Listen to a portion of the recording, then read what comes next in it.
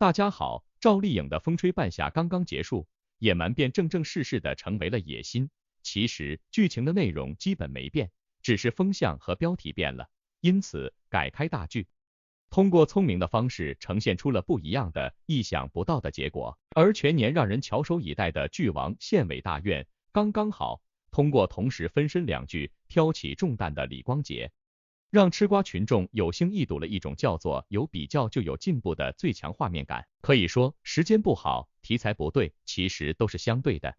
反而时间超赞，题材硬刚的长空之王反而让王一博深刻体会了一把团队、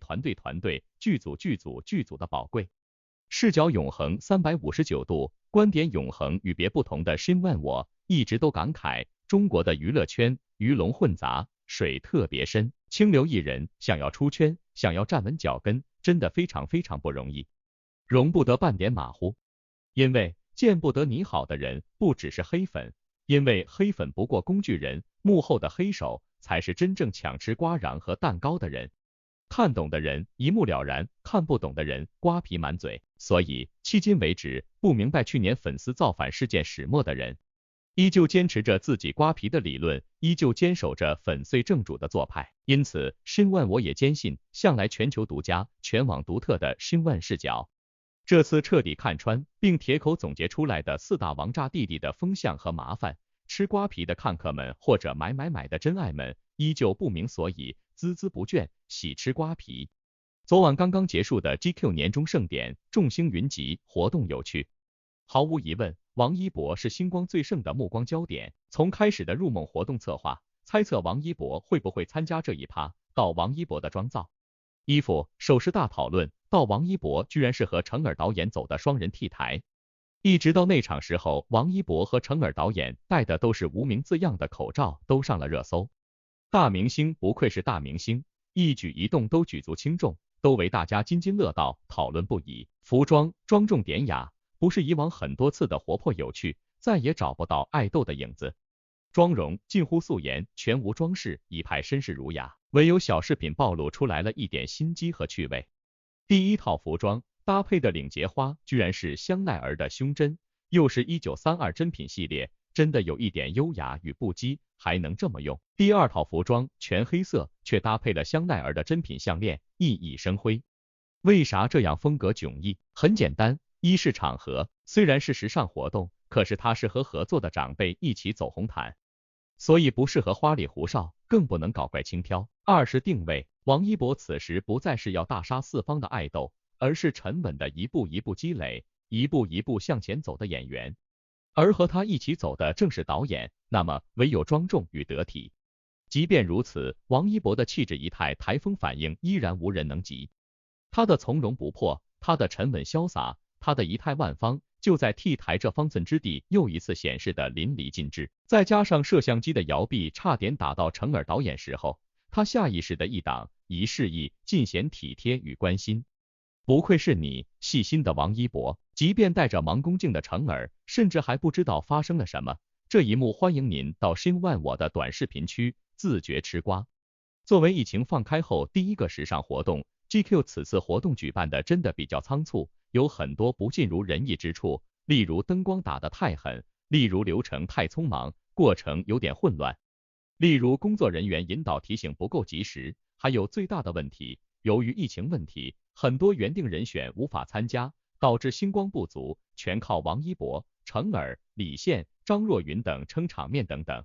可是顶级明星就是顶级，王一博的气定神闲、从容端庄真的可以经得起一切考验，星光给足，话题度给足，热度给足，长尾效应给足，这也是他和 GQ 的双赢了。可是我们也要明白这个问题，如果不是为了宣传电影无名以及照顾其他两家，王一博是大概率不会参加这个活动的。这也正是10月份 GQ 杂志作为纸媒进行无名官宣及一系列延伸活动的后续了，因为他真的是太忙了。至于为什么，欢迎您自行回顾申万我的硬核了。今年的红毯活动，这是王一博参加的第3次，前2次其实是一次活动。8月份的微博电影之夜，他走了2次红毯。第1次和刘晓世导演及剧组人员一起宣传长空之王，第2次和大鹏导演一起宣传热烈。而这次则是和导演程耳一起宣传无名。所以你看，完全不是爱豆的争奇斗艳，不是各种咖的曝光率之类的，王一博的目的很明确，就是为了电影宣传和商务友情。所以别的活动他都没有参加，他也就和程耳导演一起压轴走了红毯。在那场又不约而同的戴了无名的同款口罩吧，这也就意味着他和那些挖空心思比美的、费尽心思拉流量的、使尽手段争上位的，完全就不在同一思考层面了。可是顶级明星就是顶级明星，该有的牌面一个都不能少，超级珍品珠宝。压轴、C 位、主桌、活动主办人作陪，这也就他了，不愧是他，王一博。戴个口罩都这么好看，让摩托姐姐的嘴角又有动静了。播完了刑侦悬疑大剧《冰与火》之后，王一博接下来的作品全部都是电影，风格不同，题材多样，全部都是大投资、大制作、大出品方。这也无怪乎他的工作和宣传重点全部放在了电影这边。所以 GQ 活动，你看他的全部活动都和电影有关，他的目标非常明确，就是要在电影方面做出成绩了。而这4部作品真的可以说是涵盖了各个层面，风格多样，老少皆宜。王一博自身的多元性、可塑性及角色适应性也在作品中得到了特别好的展现，就等上映了。每年年底，王一博固定不变的节目就是新歌和跨年舞台，已经延续了5年。今年会不会有什么变化？还有半个月，值得大家一道，拭目以待吧。说到这，值得一提的是，您留意到了没有呢？GQ 红毯有一幕单独拍摄王一博的戏码，结果王一博的反应很真实。同样的，Shin1我也欢迎您到短视频区自助。于是乎，全网大讨论，就是一个奇怪的风向，也就是王一博的不礼貌。这个小 case 的大炒作，Shin1我看得我彻底莫名其妙了。无论国内国外，或许您也是听到看到了。当然了，小黑也是黑，只要有机会延伸开去的挖坟可以更多。因此，对于任何演员而言，把所有上纲上线、小题大做的无聊黑，统统都当作动力，才是最强的反手打嘴。您说对不？Shin1我欢迎您自行唤醒记忆，探讨这些无聊人的目的。所以，另外一方面，鬼聪明的赵丽颖红毯的动作也是快闪类型，很多麻烦也是能躲就躲。只要您翻看一下之前的短视频，赵丽颖的快节奏，或许能让您跟着偷笑了。现在刚刚完结的《风吹半夏》和正在火热开播的《县委大院》可以说是承包了很多人的屏幕。磕完许半夏和赵磊的爱情，转头就得去看曹立新和梅小哥飙戏。李光洁在这2部剧中的表现可以说是演什么像什么，即便是随时切换剧目也能很快带入进去，这就是李光洁的魅力。李光洁与赵丽颖和胡歌对戏时呈现出来的状态却大有不同，以赵丽颖的松弛感演法，两人对戏势均力敌。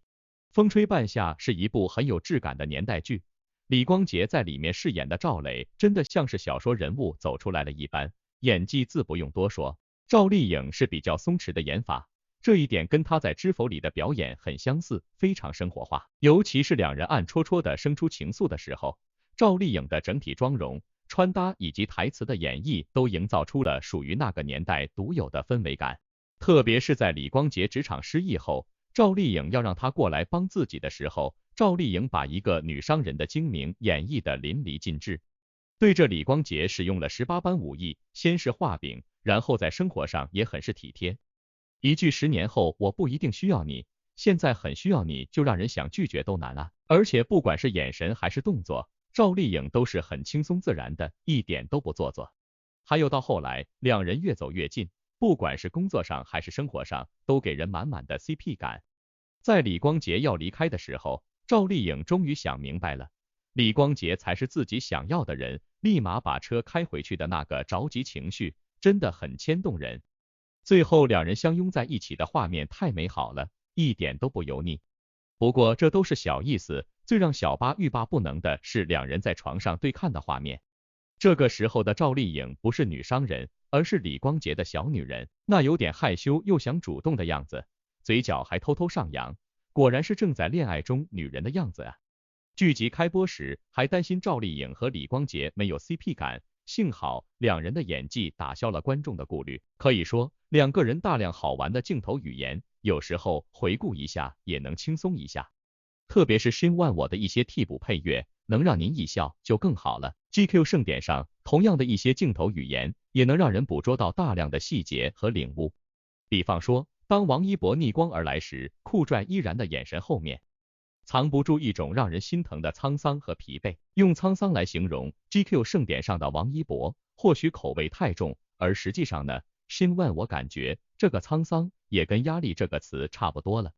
相比之前，脸肿了一些，光芒和灵动也同步压抑了一些，整个人看起来多了旁边成耳濡目染的老成，没有了少年感和精神气。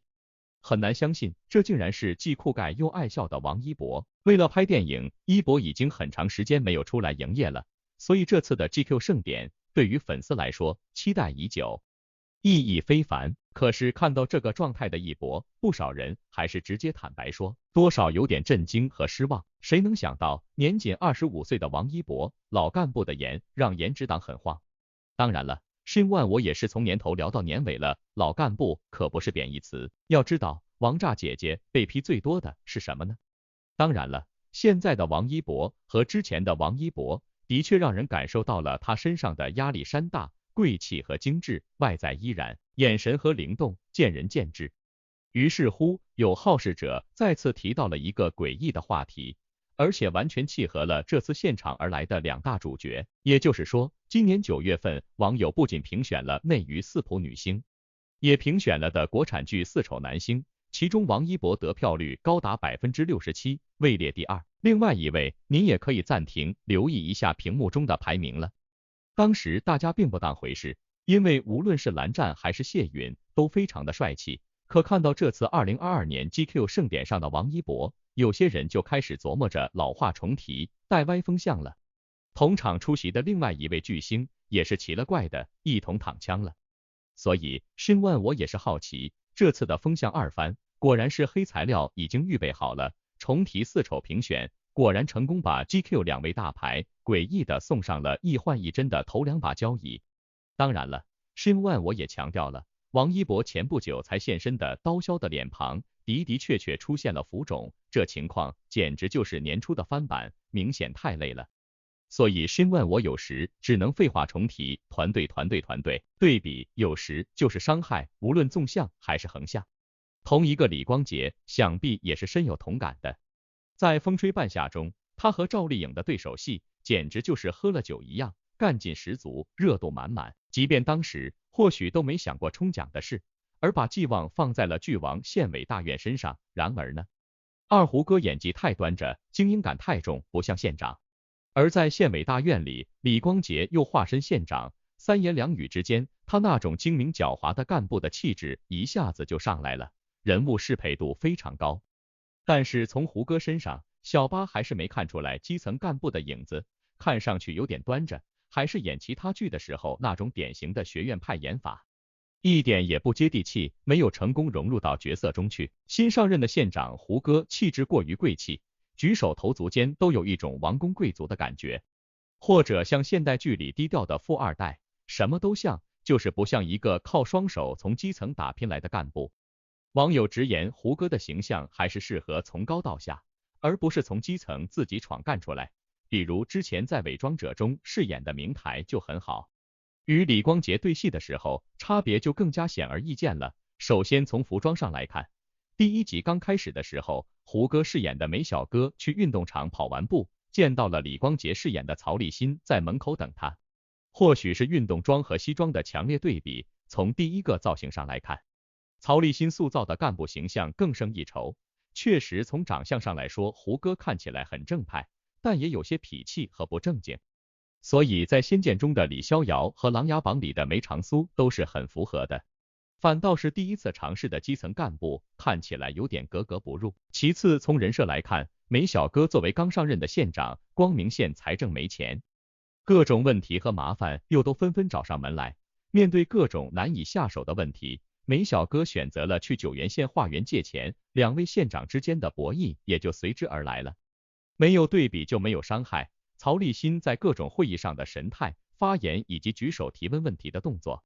都让体制内观众大呼老干部，每一个神情都踩准了点。而梅小哥就不一样了，虽然剧组在妆造上花了一些功夫，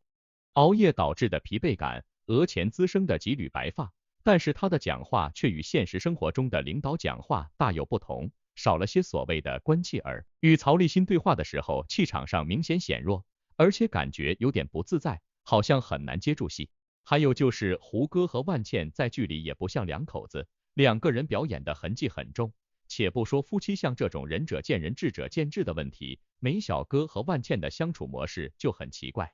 不像是平常温和的夫妻，更像是一种工作关系。两人的备注也很奇怪，分别是梅县长和乔市长，不知道后面的剧情里两人的感情戏会不会呈现给大家呢？虽然他们几个都是实力派演员，但是角色不适合自己仍然会影响演技的发挥，也难以获得观众的认可。所以剧本，赵丽颖的毒辣眼神，一般人是吃不到的，只能吃她的胖，她的丑，盯着她的颜。对于演员来说，应该尝试不同类型的表演，才能够在摸索的过程中找到适合自己的方向和发展规划。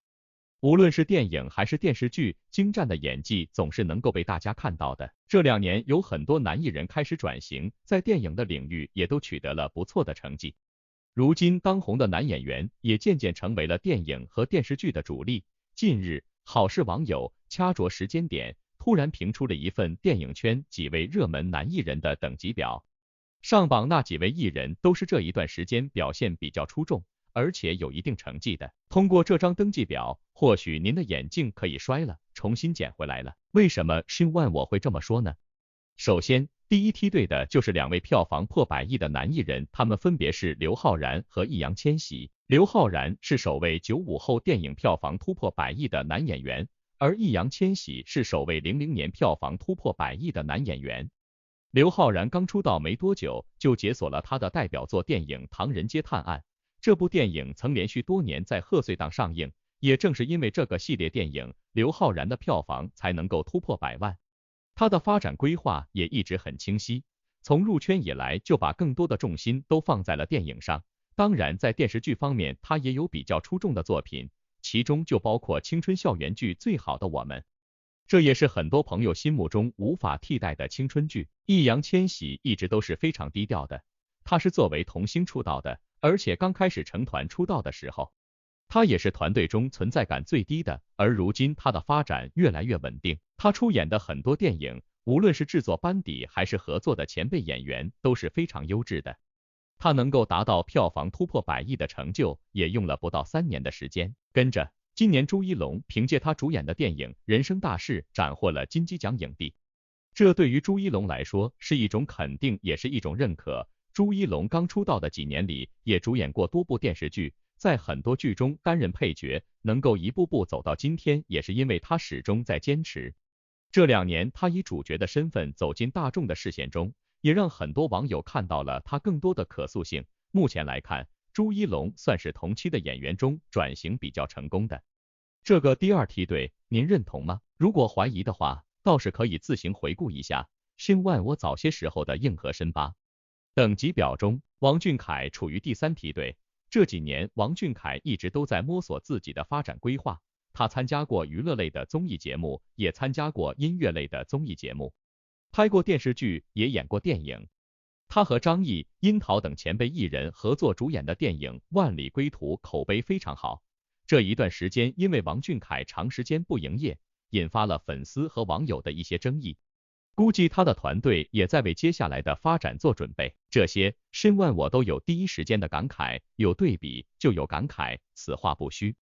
最后一个梯队是2位公认的电影圈公认带爆的男艺人，分别是范丞丞和王一博。王一博是这一段时间才开始转型拍电影，而且他的效率是非常高的，在1年左右的时间里就完成了多部电影的拍摄。范丞丞和白百合出演过《门锁》，接下来还有3部待播的电影，包括《扫黑》、《了不起的夜晚》、《人生路不熟》等。2位男演员虽然都有多部的待播电影，但是从影片的主题能够看出是完全不同的，期待90后的男艺人能够实现百花齐放。所以说到这，您嗅到奇怪的风向3吗？这种等级划分直接把王一博跟星2代平级划分了。那么您觉得背后的猫腻是不是多了点呢？而且易烊千玺的梗新万我可是没少深扒，对比一下您就更清楚了。当然了，表面上不吹不黑的话，作品就是演员的名片，新万我的这个说法，您也肯定不会否定的，对吧？刚刚完结的《风吹半夏》是近1个月最热门的影视剧，这部剧就让赵丽颖成功立住了，而且风头盖过了幸福，这种感觉真的很幸福。该剧讲述了以女企业家许半夏为首的钢铁行业从业者，在上世纪90年代改革开放的大潮中，如何维持生存并谋求发展的故事，是一部典型的时代群像剧。饰演许半夏的演员赵丽颖也因此成为12月最不缺话题度的女明星。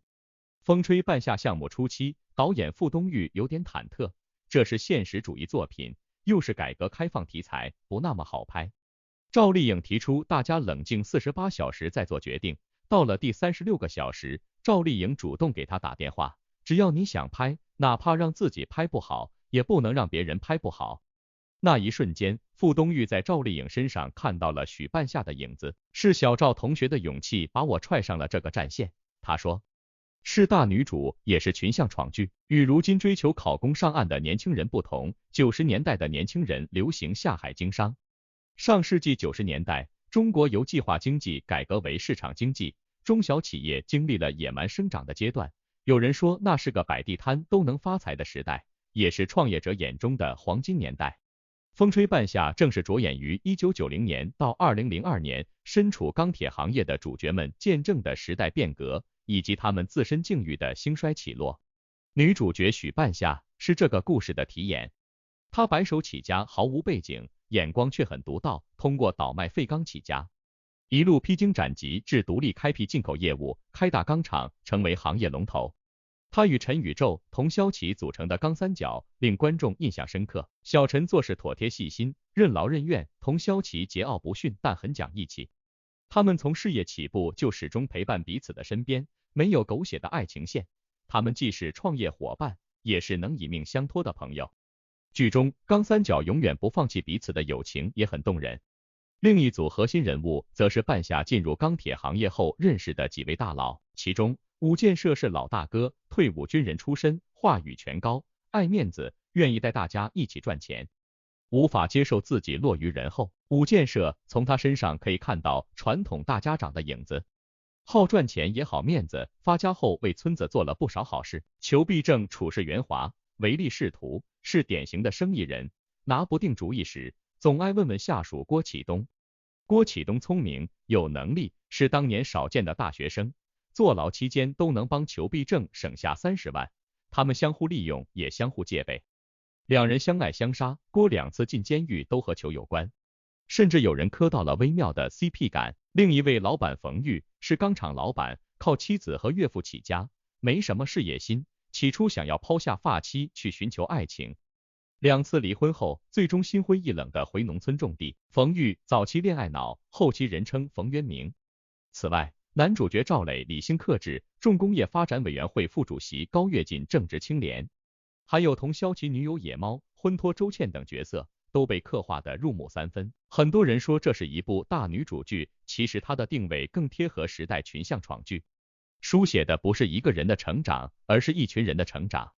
风吹半夏开播首日便拿下猫眼实时热度榜冠军，如今爱奇艺站内热度破万，豆瓣开分 8.4， 可谓流量口碑双丰收，受到了不少主流媒体的认可。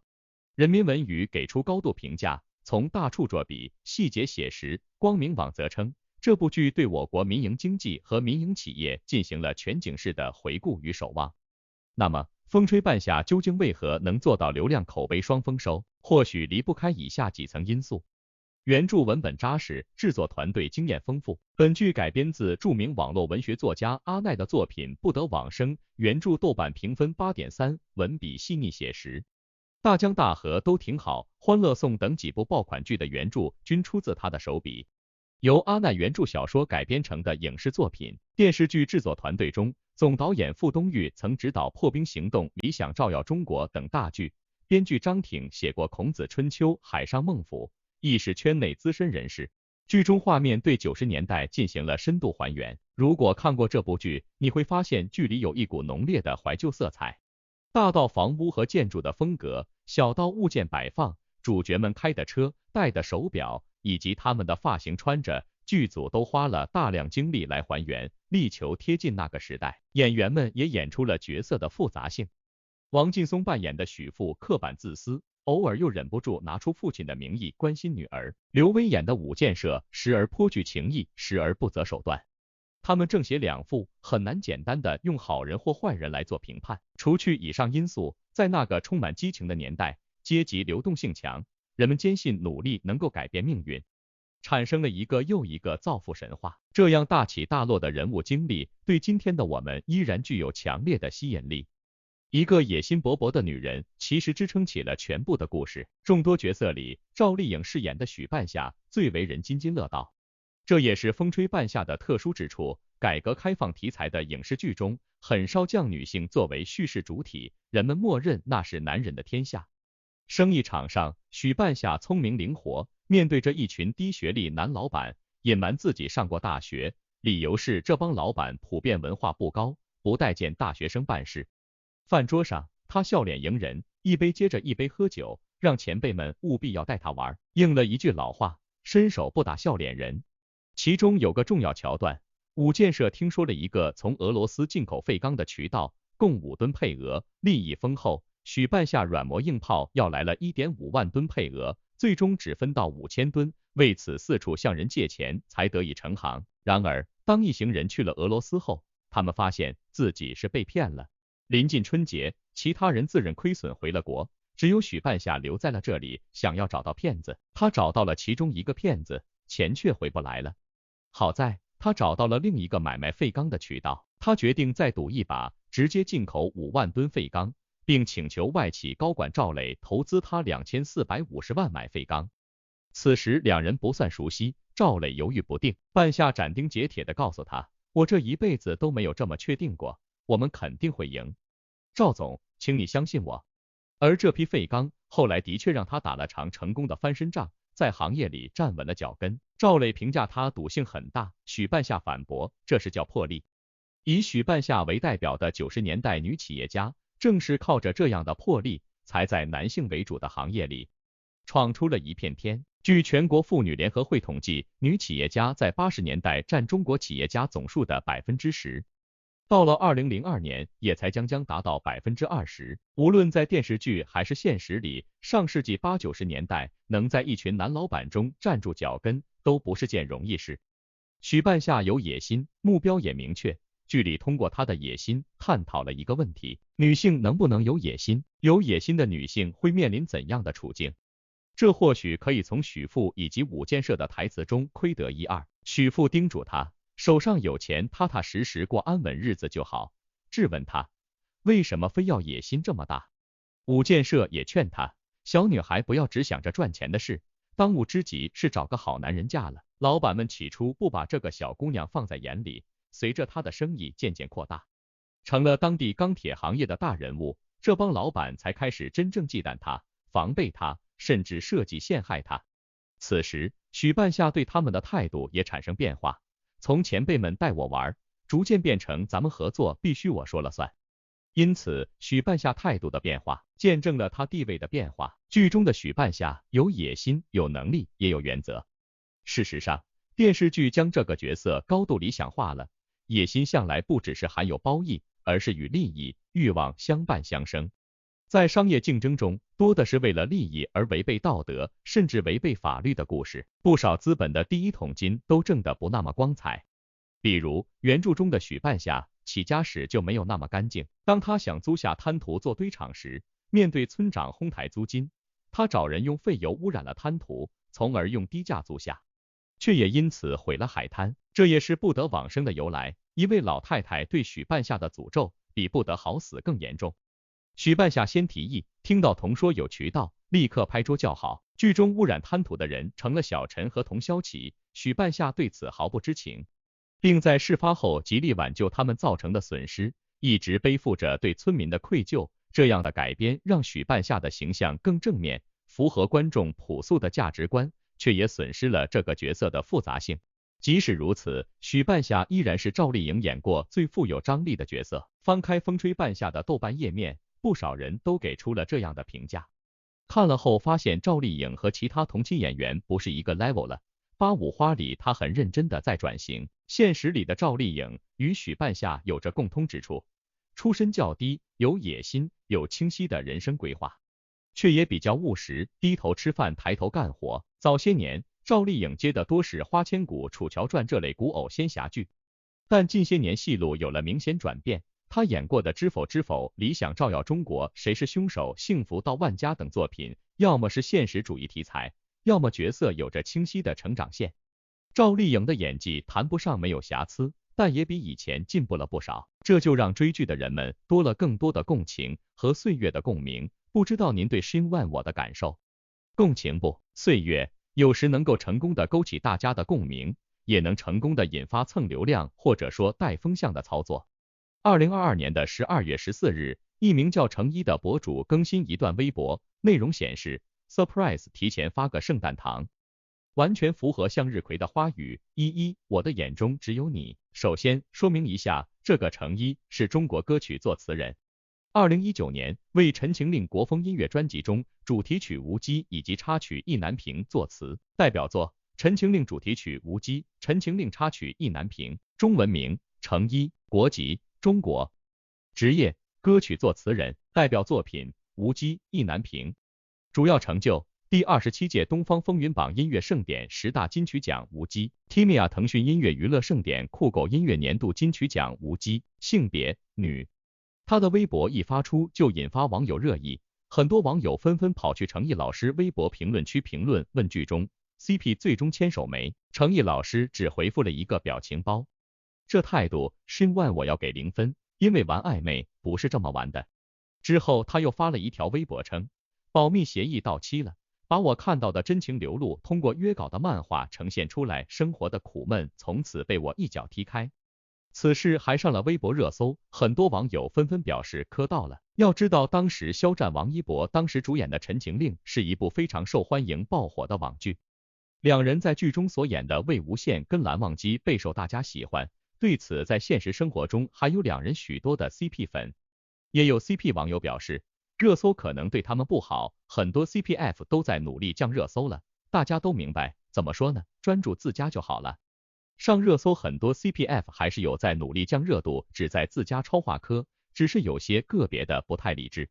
其实不管是真是假，大家都不要过多去打探艺人的私生活，理智追星，离艺人的私生活远一点，更多的去多关注艺人的作品，以及艺人所传递给我们的一些正能量的事。吃瓜群众出奇一致的认为，两位演员都是非常棒的人，也很努力，希望今后能带来更多作品给大家就行了。所以申万我的笑而不语，您能 get 到吗？有种风向4就叫绯闻党了。特别这种男的绯闻，在社会主义大家庭真的是风口浪尖，与狼共舞的那一种。这个乌镇之后，红毯之上，辱华之间的魔幻的时间点，再继续踩在古早 CP 的身上，还需要申万我再继续解释吗？好的导演就是演员的人生良友、启蒙恩师，例如申万我深扒过的章子怡和张艺谋的关系和片子。通过短视频区的程耳或者大鹏，您能感觉到良友和启蒙的关系吗？至少申万我感受到了傅东育导演的直率。导演傅东育说过，自己看完阿奈的原著小说，想到的第一个人选就是赵丽颖，他们有过合作。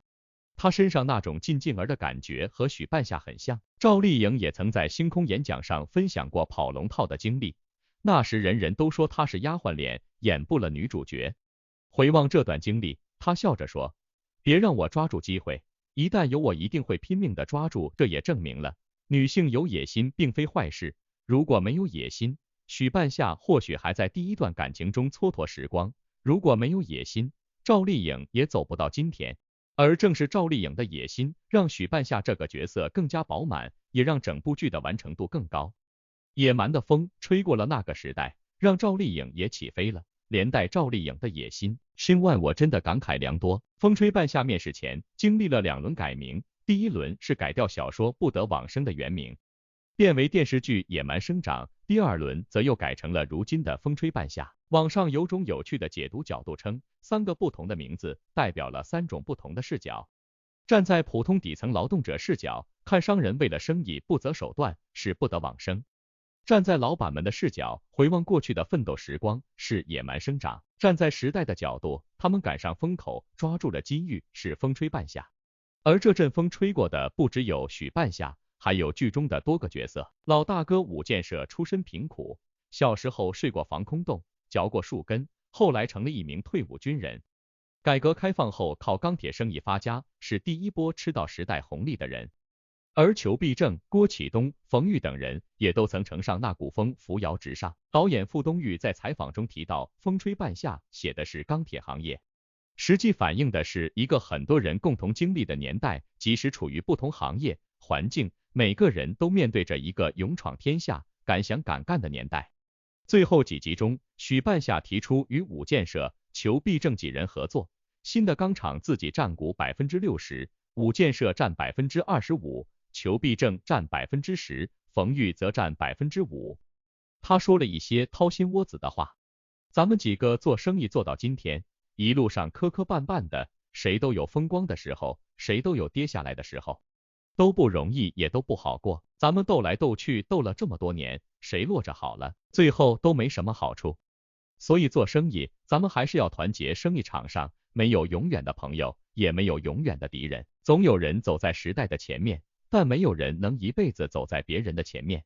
总会有被甩下来的时候。就像赵磊说过的那样，每当政策变化，有人得利，就会有人被淘汰。许半夏、武建设、裘必正、郭启东、冯玉这一行人都曾在90年代经历过野蛮生长。与此同时，那个年代对于市场经济的法律法规尚未完善，他们钻过漏洞，犯过错误，最终也都付出了代价。许半夏的钢厂临近上市前被清算，在新出台的法规里，他们去俄罗斯买废钢以及拍卖省二钢的行为涉嫌走私、侵吞国家财产等多项罪名，还面临着被判刑的可能。生意越做越大，许半夏的处境却越来越难。走私案结案，5人团胜诉，而侵吞国有资产案，作为第一责任人的武建设决定为自己的行为担责。许半夏可以继续做他的生意，但他选择解散了所有员工，直面当年犯过的错误，和童潇齐一起去警局自首，坦白污染贪图的经历。做出这个决定后，他反而松了一口气。剧中最后一幕，许半夏和童潇齐在漫天大雪中走着，回望这些年的得与失。现在想起来，我堆雪人好像是上辈子的事儿。从前那个堆雪人的小孩无惧无畏，星辰生花，心火燃烧，他烧光了所有的枯草，疯狂的梦想野蛮生长。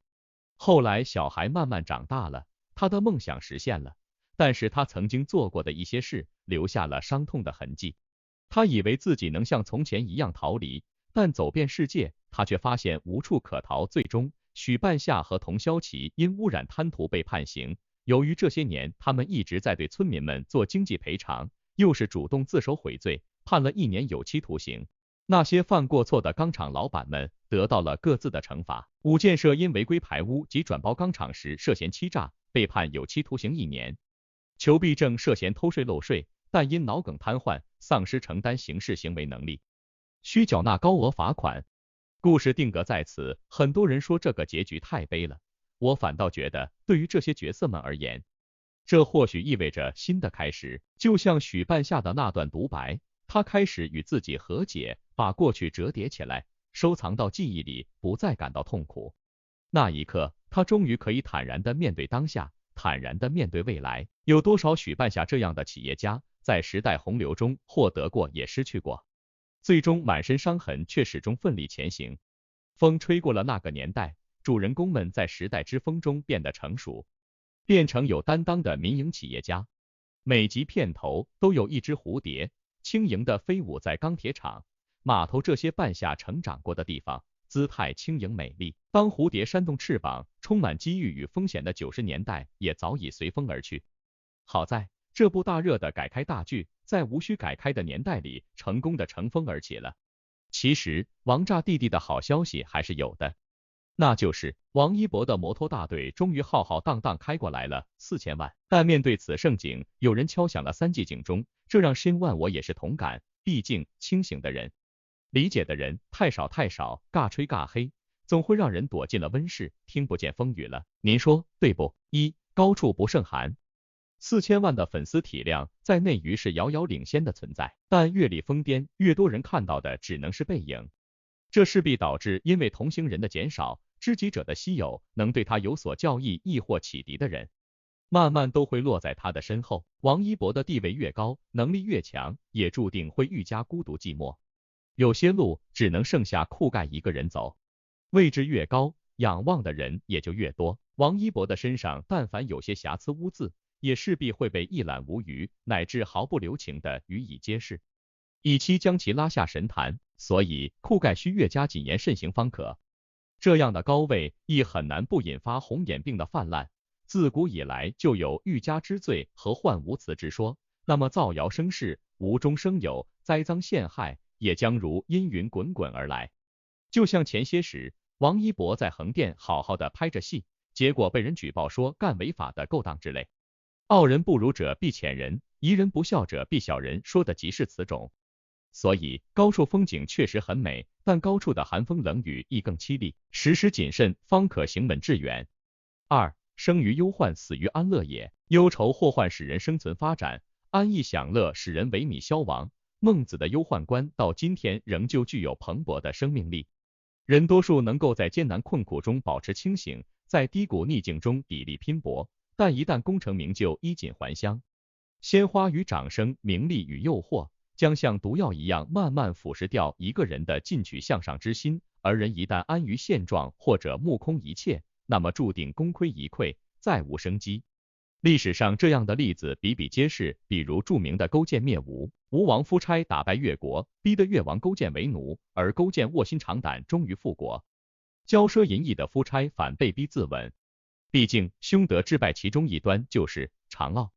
王一博13岁就在异国的地下室里挥汗如雨，又历经10多年的坎坎坷坷，从最底层一路打拼上来，其至真至纯的本性，为既以精益求精的意志，为梦想全力以赴的精神，成就了他自己，也感动了无数人。但4000万毕竟不是一个小小的奖杯，它是多少人梦寐以求的高度，是成功的实实在在的标签。在这样的时候，是躺在过去的功劳簿上睡大觉、吹大牛，还是像当年的居里夫人一样，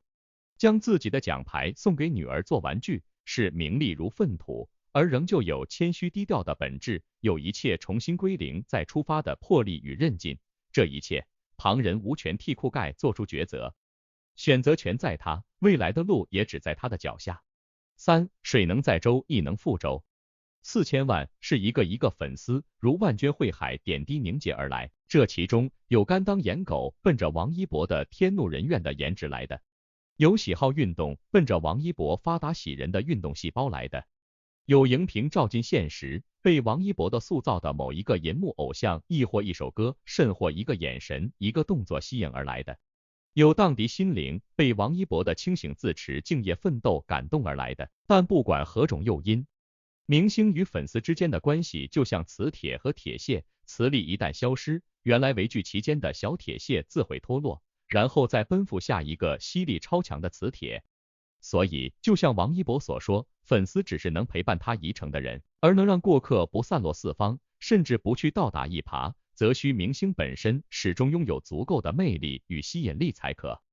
否则就是无时而想大名者必有其祸。毕竟水能载舟，亦能覆舟的道理，连3岁孩童都懂。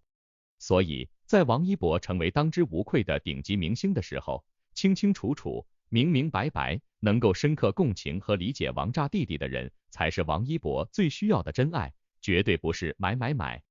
清朝名臣、辅国功臣曾国藩说过3句名言，不仅适合酷盖，也适合所有爱与被爱中孜孜不倦寻找喜乐和平安的人。一，轻财足以聚人，律己足以服人，量宽足以得人，身先足以率人。二，不贪财，不失信，不自恃。有此3行，自然人皆敬重。三，居心平，然后可立世路之险，盘根错节，可以验我之才；波流风靡，可以验我之操；艰难险阻，可以验我之思；震撼折衡，可以验我之力；含垢忍辱，可以验我之操。无论王炸姐姐赵丽颖，还是王炸弟弟王一博，无论心心念念的萤火虫，还是每日打卡的摩托姐姐，在这些字里行间都能读出一辈子的爱与智慧，被爱平安。Shin One，我特别欢迎您在评论区中分享您的观后感觉。